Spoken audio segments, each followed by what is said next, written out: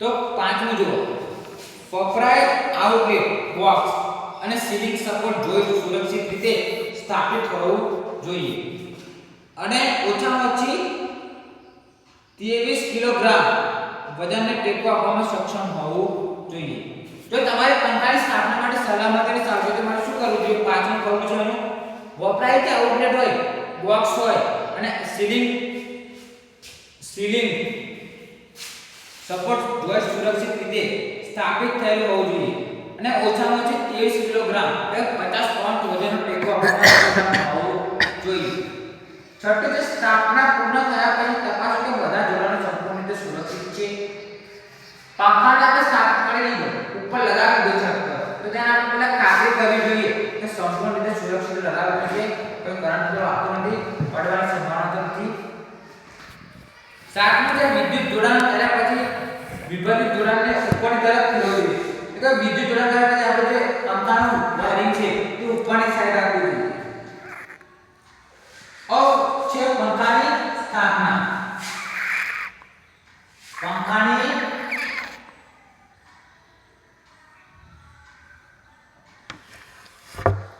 સ્થાપના. પંખાની સ્થાપના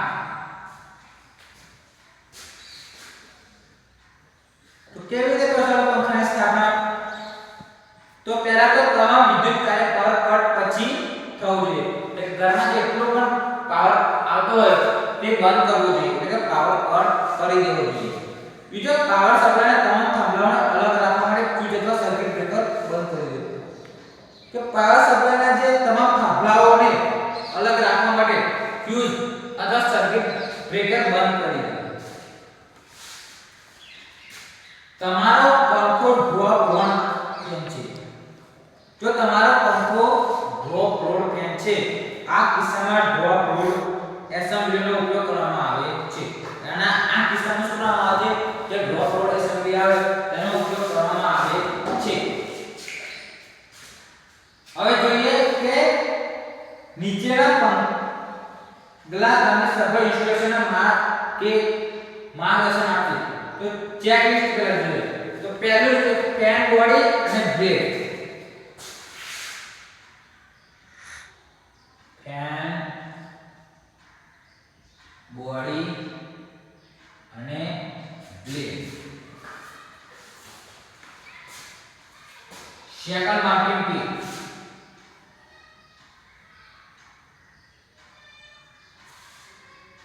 second mounting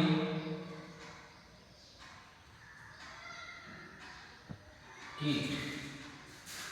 ત્રીજું ડાઉન રોડ. ચોથું કેનોપી. પાંચમું ટેસ્ટર. છઠ્ઠું સ્ટ્રીપિંગ.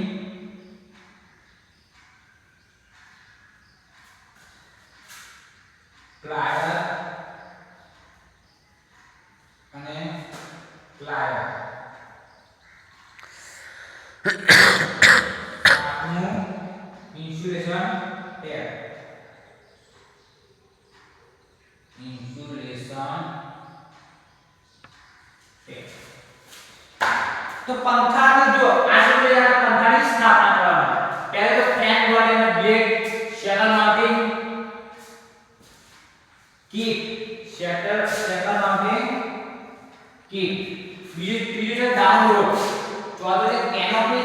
પાંચમું છે ટેસ્ટર. છઠ્ઠું છે સ્ટ્રીપિંગ ટાયર અને પ્લાયર. સાતમું છે ઇન્સ્યુલેશન ટેપ. તો પહેલું જો પગલું એ કે આપણે પંખાને સ્થાપિત કરો તો પહેલું શું કરશો? તો સ્વિચ બોર્ડ અથવા મુખ્ય સર્કિટ બોક્સ પર તમારા હાલના સીલિંગ ફેનનો પાવર બંધ કરો. એટલે તમારો જે જૂનો સીલિંગ ફેન લગાવ્યો છે તો શું કરવું? સ્વિચ બોર્ડ અથવા મુખ્ય સર્કિટ બોક્સ પર તમારા હાલના સીલિંગ ફેનનો પાવર બંધ કરી દો.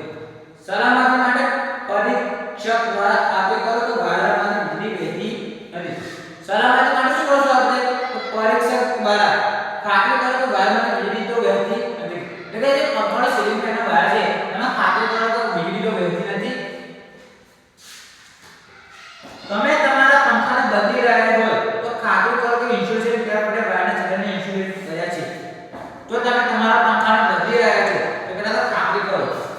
ઇન્સ્યુલેશન જે ટેપ આવે એનાથી વાયરના છેડાને ઇન્સ્યુલેટ તો કરેલા છે. હવે બીજું પગલું શું કરજો, જો તમે તમારા પંખાને બદલી રહ્યા છો, જો આપણે આપણા પંખાને બદલી રહ્યા છીએ તો શું કરવું, તો જૂનાને દૂર કરો. એટલે જૂનો ગરમ આપણા ઘરનો જે પંખો છે તો પહેલા તેને નીચે ઉતારો અને તેને દૂર કરો.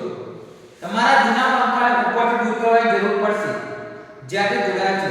તમારો જૂનો પંખો ધારો કે ઉપર લગાવેલો છે સીલિંગ ફેન, તેને નીચે લાવવાની જરૂર પડશે. એવી શક્યતા છે કે જે પંખાઓને 10 વર્ષથી વધુ સમયથી સર્વિસ કરવામાં આવી નથી તે સરળતાથી બંધ ન થાય. એવી શક્યતા છે કે પંખાઓને 10 વર્ષ સુધી જો સર્વિસ કરવામાં ના આવે તો તે પંખા સરળતાથી બંધ ન થાય.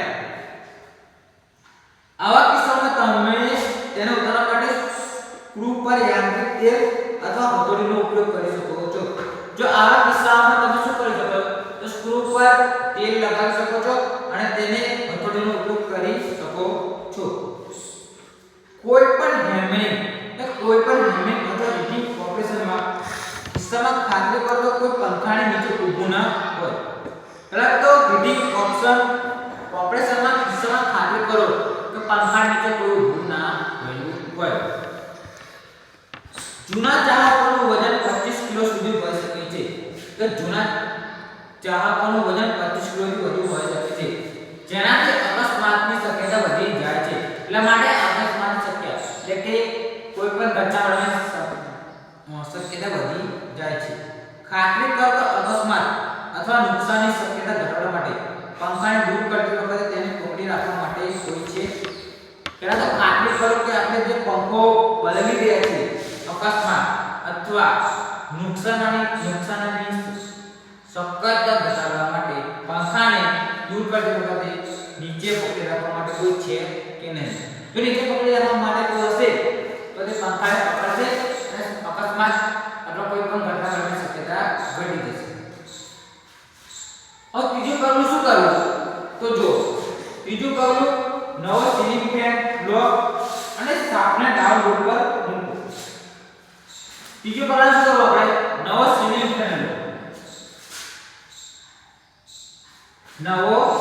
ફેન લો. અને તેને શાફ્ટ જે આવે તેને ડાઉન લોડ પર મૂકો. માઉન્ટ કરવા માટે તમારે મોટરની દિશામાં ડાઉન લોડ દાખલ કરવો પડશે. માઉન્ટ કરવા માટે શું કરવું પડશે, તો મોટરની દિશામાં આપણે ડાઉન લોડ દાખલ કરવો પડશે. શાફ્ટ અને ડાઉન લોડને કનેક્ટ કરવા માટે સ્ક્રૂનો ઉપયોગ કરો. એ શાફ્ટ અને ડાઉન લોડને કનેક્ટ કરવા માટે સ્ક્રૂડ્રાઈવરનો ઉપયોગ કરો. વોશર, નટ અને આરપીન દાખલ કરો. વોશર, નટ અને આરપીન આપણે દાખલ કરો. તો ચોથા પગલામાં શું કરશું આપણે, એકવાર મોટર નીચે સળિયા પર માઉન્ટ થયેલ છે. જો એકવાર મોટર નીચેના સળિયા પર માઉન્ટ કરેલી છે તો મોટર પર બ્લેડ માઉન્ટ કરવા માટે જરૂરી છે. તે જે મોટર આવે એના પર બ્લેડ માઉન્ટ કરવું જરૂરી છે. બ્લેડ શેલ પરના છિદ્રને મોટરના છિદ્રો સાથે સરખી કરો. એટલે બ્લેડ શેલ જે આવે તેના છિદ્રોને મોટરના છિદ્રો સાથે સંબંધિત કરો. એટલે કે બ્લેડ શેલ પરના છિદ્રોને મોટરના જે છિદ્રો આવે તેને સરખી કરવા. પ્રદાન કરેલા સ્ક્રૂ સાથે બ્લેડને સુરક્ષિત રીતે જોડો. એટલે પ્રદાન કરેલા જે સ્ક્રૂ હોય તેના બ્લેડને સુરક્ષિત રીતે જોડો. પગલું 5 કે પગલા 5 માં શું કરવું, તો એકવાર આખો પંખો તેના સ્થાને લાગી જાય, જો આખો પંખો તેના સ્થાને લાગી જાય પછી ડાઉનલોડ દ્વારા કેનોપી દાખલ કરો. ડાઉનલોડ જે આવે તેના દ્વારા આપણે કેનોપી દાખલ કરવાની અને બંને કેનોપીને વિરુદ્ધ દિશામાં બહારની તરફ દાખલ કરવાની જરૂર છે. બે કેનોપી આવે નીચે રાખવાની એક ઉપર રાખવાની, જેથી નીચેની કેનોપી માઉન્ટિંગના નીચેના ભાગને આવરી લે છે. જો નીચેની કેનોપી શું કરશે, કેપિટલનું જે વાયરિંગ હશે તે આવરી લેશે અને ઉપરની કેનોપી ઉપરનું વાયરિંગ આવરી લેશે. ઉપરની કેનોપી ઉપલા માઉન્ટિંગને આવરી લેશે. તો આપણે એને શું કરવું, પગલું 5 કરવા પછી આપણે પૂર્વ તપાસ કરીશું તો શું છે પંખામાં બ્લેડ અને છત વચ્ચેનું લઘુત્તમ અંતર ઓછામાં ઓછું 1 ફૂટ હોવું જોઈએ જો પંખામાં બ્લેડ અને છતનું વચ્ચેનું લઘુત્તમ અંતર ઓછામાં ઓછું 1 ફૂટ હોવું જોઈએ તો આપણે જો પંખો લગાવીએ છીએ એ છત અને પંખાનું અંતર 1 ફૂટનું હોવું જોઈએ વપરાશકર્તાઓની શ્રેષ્ઠ કામગીરી અને સુરક્ષા માટે આ અત્યંત આવશ્યક છે એટલે કે આપણે જો પંખો વાપરવાના છીએ તેની કામગીરી અને સુરક્ષા માટે આ અત્યંત આવશ્યક છે પંખાના નજીકનું કોઈપણ સાધન પંખાના બ્લેડથી 1 ફૂટ દૂર હોવું જોઈએ ત્યારે જો પંખો ફરે છે ત્યાં કોઈપણ સાધન નજીક ના હોવું જોઈએ તે આવશ્યક છે પંખાની નજીક કોઈપણ સાધન પંખાના બ્લેડથી 1 ફૂટ દૂર હોવું જોઈએ પંખાના બ્લેડથી 1 ફૂટ દૂર હોવું જોઈએ ગમે તે સાધન હોય પંખાને ફર્સ્ટથી બ્લેડ સુધી ઓછામાં ઓછું 7 ફૂટ અટકાવવું જોઈએ પંખાને આપણે ફર્સ્ટથી કે આપણે છત સુધી 7 ફૂટ સુધી લટકાવવો જોઈએ પગલું 6 શું કહે છે તો પેકેજ સાથે આટલા સ્ક્રૂનો ઉપયોગ કરીને હેંગર અથવા સીલિંગ યુ હુક સાથે સ્ટેપલ માઉન્ટિંગ ને સુરક્ષિત રીતે જોડો આપણે જો પેકેજ સાથે પંખામાં જે પેકેજ આવે તેનો સ્ક્રૂનો ઉપયોગ કરો અને હેંગર અથવા સીલિંગ યુ હુક સાથે રોકડ ને સુરક્ષિત રીતે જોડો એટલે કે યુ હુક સાથે સ્ટેપલ માઉન્ટિંગ ને સુરક્ષિત રીતે જોડવાની છે નટને સજ્જડ કરો અને ખાતરી કરો કે લપસતા હટાવવા માટે સલામતી નટ વોશર અને આર્પિન સ્થાપિત કરેલા છે તો આપણે ખાતરી કરવાની છે કે લપસતા અટકાવવા માટે સલામતી નટ વોશર અને આર્પિન સ્થાપિત કરેલા છે કે નહીં શીર્ષ કેનોપીને એવી રીતે સમાયોજિત કરો જેથી એસેમ્બલી અને જોડાણની આવરી આપણે શીર્ષ કેનોપીને એવી રીતે સંયોજિત એસેમ્બલી કરવાની છે કે જોડાણીને આવરી લે પગલું 7 શું કરવું તો ડાઉન સળિયાના ઉપરના છિદ્ર દ્વારા મુખ્યમાંથી આવતા વાયરને દાખલ કરો કે ડાઉન જે સળિયો હોય તેના ઉપરના છિદ્ર દ્વારા મુખ્યમાંથી આવતા વાયરને દાખલ કરે છે વાયર કનેક્શન આવરી લેવા માટે ઉપરની કેનોપીને ઉપર ખસેડી શકાય છે જો વાયર કનેક્શનને આવરી લેવા માટે આપણે ઉપરની જે કેનોપી હોય તેને ઉપર ખસેડી શકાય છે ડાઉન રોડના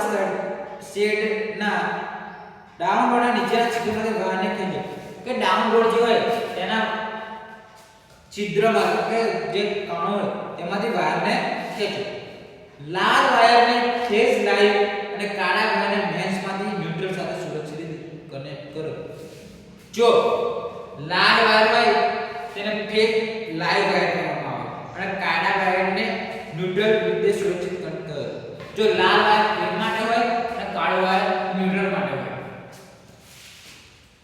તો લાલ વાયર હંમેશા ફેઝ સાથે અને કાળો વાયર હંમેશા ન્યુટ્રલ સાથે કનેક્ટ કરી સુરક્ષિત રીતે કનેક્ટ કરો નબળા કનેક્શનને કારણે કોઈપણ સ્પાર્ક ઢળવા માટે કનેક્ટર પર સ્ક્રૂને સુરક્ષિત રીતે જોડો જો કનેક્શન આપણે ઢીલું રાખશું અથવા કોઈપણ ઇન્સ્યુલેશન ટેપ નહીં મારીશું તો સ્પાર્ક થઈ શકે તો સ્પાર્કને ઢળવા માટે આપણે શું કરવું તો ટાઈટ કનેક્શન કરવું અને સ્ક્રૂને સુરક્ષિત રીતે જોડવું પગલું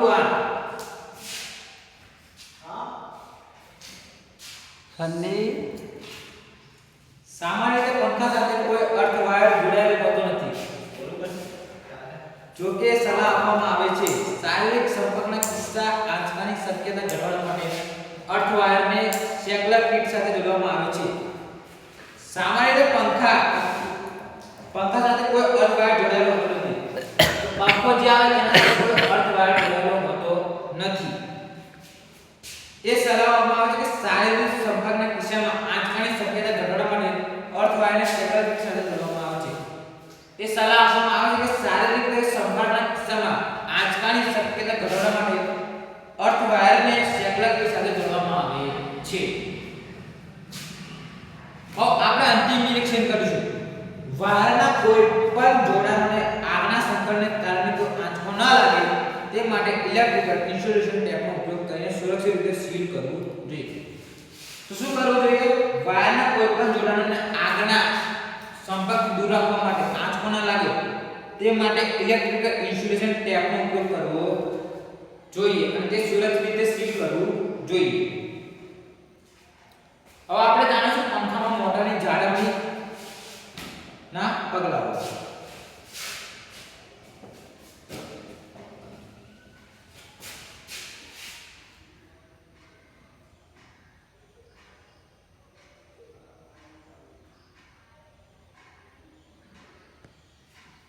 પંખામાં મોટરની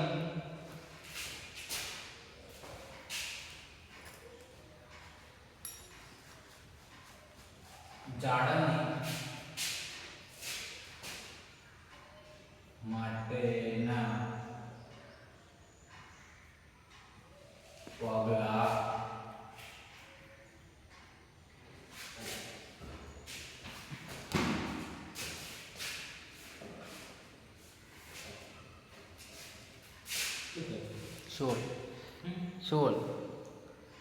દર મોટરની પંખાની મોટરની જાળવણી માટે નીચેની બાબતો ધ્યાનમાં રાખો.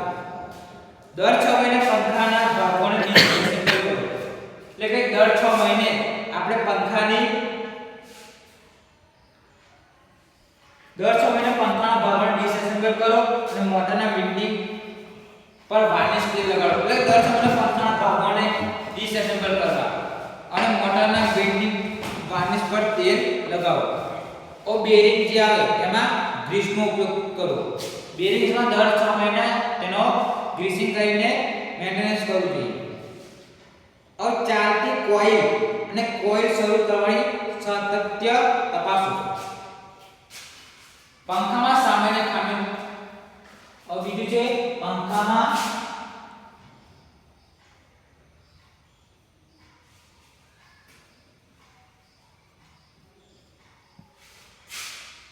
સામાન્ય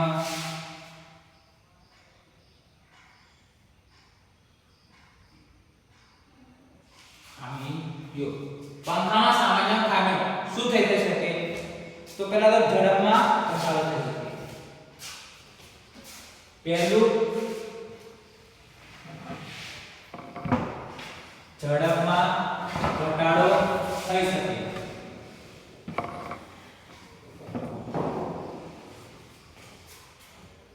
બીજું પંખો આપમેળે બંધ અને ચાલુ થાય છે. પંખો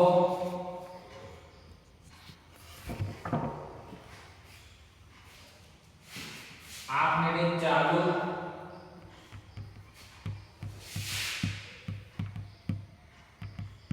અને બંધ થાય છે. ત્રીજું ગતિ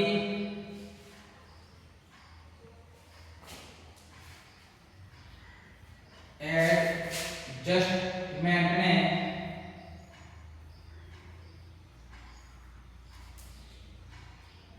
પ્રતિસાદ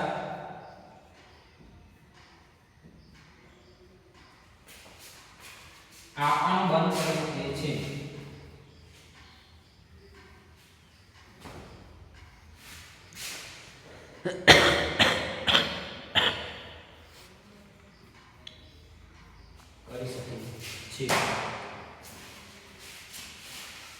ચોથું કોઈ પંખો તેજ અવાજ સાથે ચાલી રહ્યો છે. પાંચમું છે કે બ્લેડ સખ્ત બની બ્લેડ જે હોય તે સખત બની જાય છે અને ઘૂમવા અસમર્થ બની શકે છે. કે પંખાનો જે બ્લેડ આવે એ સખ્ત બની જાય એ એવી થઈ જાય કે તે ફરી જ ના શકે, તે ફરવામાં અસમર્થ બની જાય છે. છઠ્ઠો બ્લેડ નિયત સ્થાનની બહાર ઉડી શકે છે. બ્લેડ જે આ નિયત સ્થાન હોય એની બહાર ઉડી શકે છે. સાતમું છે પંખાના બ્લેડ સલામતી રક્ષકને સ્પર્શી શકે છે. પંખામાં જે બ્લેડ આવે તે પંખામાં બ્લેડ સલામતી રક્ષકને સ્પર્શી શકે છે. થઈ ગયો 20 મિનિટ.